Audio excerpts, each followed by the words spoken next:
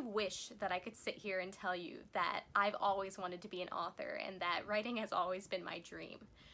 But the truth is, this is the very last thing I thought I'd be doing with my life.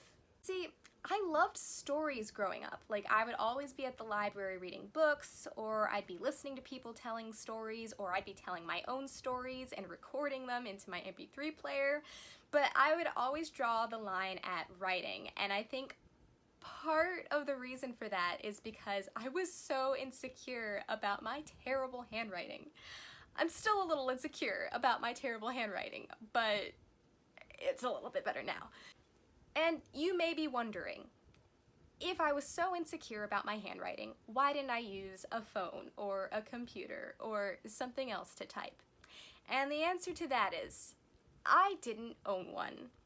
I grew up with cassette tapes, CDs, and an MP3 player. So if I wanted anything that was more technologically savvy, I'd have to get onto our family computer. And why would I use my limited computer time to write when I could be using it to play Freddy Fish, Clue Finders, or Where in the World is Carmen Sandiego? And that was a trick question, because I wouldn't. So at this point, you may be wondering how I did actually start writing. And the truth is, it's very simple. I started writing because I was bored. I was 14 years old and I was at a business conference, and since I had absolutely no interest in what the speaker was saying, my mind started to wander. And the next thing I knew, I started asking myself, what if I just created an entire fantasy world from scratch? And so I did. Created all sorts of things for my fantasy world. Creatures, cultures, countries, plants, just whatever I could think of, I put it in there.